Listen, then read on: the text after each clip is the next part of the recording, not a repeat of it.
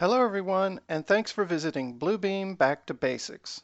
Today we'll be talking about markup types. For those of you I have not met personally, you can reach me at that phone number and email address, and we encourage you to visit our website where you can learn all about our Bluebeam training program. When you first start using Bluebeam Revu, you'll most likely be using the delivered review profile, and down the right hand side you'll see a whole bunch of markups available for you to use.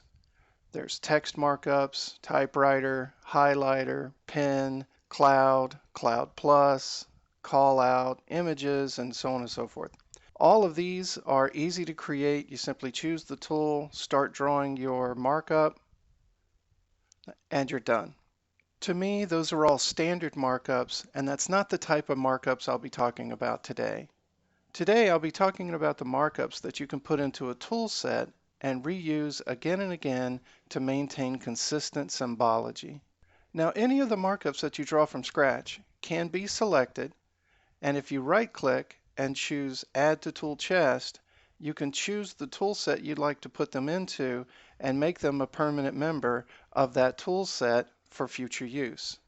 That is what I like to refer to as a created markup. And you'll see many examples of created markups in my tool set. Here I've got a tool set for architectural review that has cloud plus symbols, text symbols, highlight symbols, the same thing for contractor review, electrical review, plumbing review, mechanical review, where you've got a standardized set of symbology. Then there's what I like to call captured markups.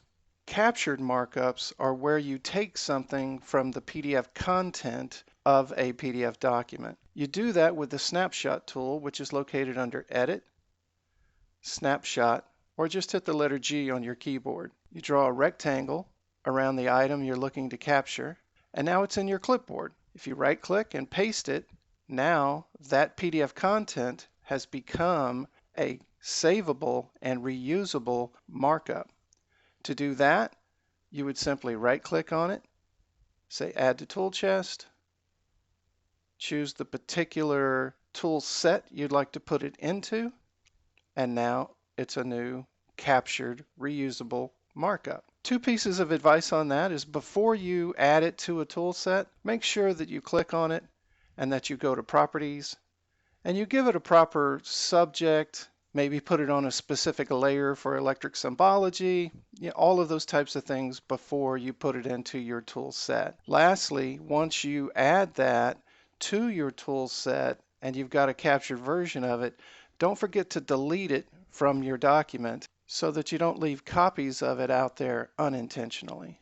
Another type of markup that you can put into a tool set and reuse again and again is called a sequence markup. Here's an example of one here. If I choose it, you can use it to identify the sequence in which a certain set of tasks needs to be performed.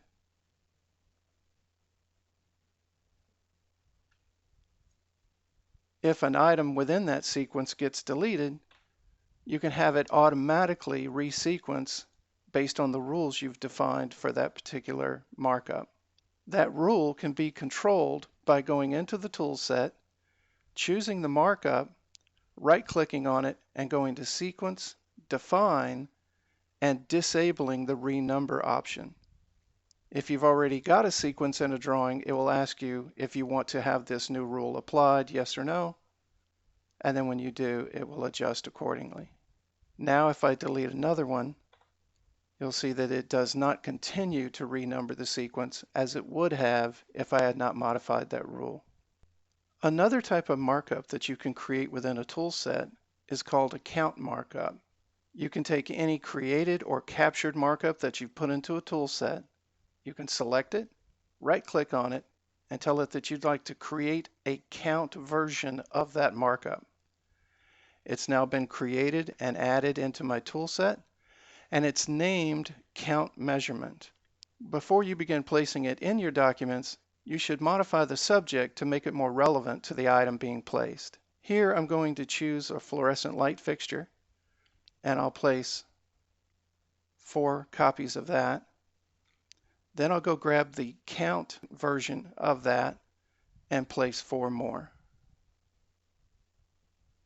They don't look different on the document.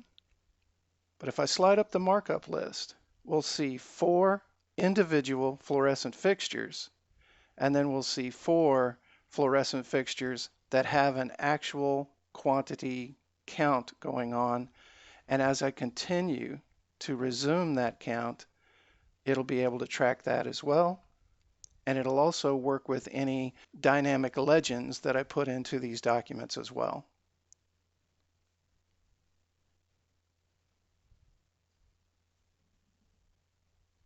Another type of markup that you can create and store into a tool set is what I call a nested markup.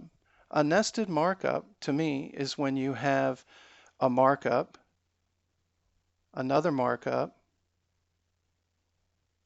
another markup, and you grab all of those markups selectively together and turn them into a group. Now that they're grouped, you can take that entire grouping and you can add it to a tool set just like any other markup. When you do that, you create what I call a nested markup. Here's an example of one. If I choose this one and place it, and then go look at the markup list, it tells me that I have an office type 2. And if I expand that, it tells me all the components that are part of that collection of markups that we call Office Type 2. But if any time in the future I need to manipulate an individual component of that, I can right-click on it and choose Ungroup. Now it's no longer an Office Type 2, but I do have all of the individual component markups that were used to create it.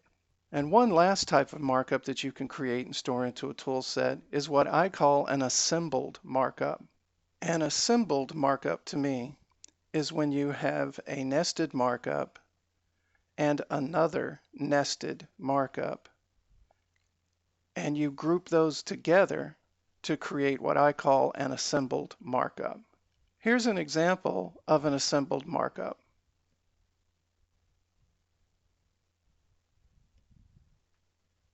If I go to the markup list, it shows me that this assembled markup is a combination of an Office Type 2 and an Office Type 3. And if I choose either one of those nested markups, I can see the components inside of those. If I select the assembled markup and right-click on it, I can also ungroup it, which will take it back to 2 nested markups, and I can take either one of those and ungroup them to get down to the component markups as well. There are 2 notes of caution about nested and assembled markups because they work with groups. Number 1 is count markups cannot be included in a group, therefore they cannot be included in a nested or assembled markup. And the other is, if you go to the trouble of putting a markup on a named layer before you put it into your tool set, if you then take a collection of those markups and group them to create a nested markup, they will lose their original layer assignments. I'm sure you can think of many creative ways to use created, captured, sequence, count, nested, and assembled markups, and I wish you the very best. That's it. I hope you find this video helpful, and you'll review the other videos available as well.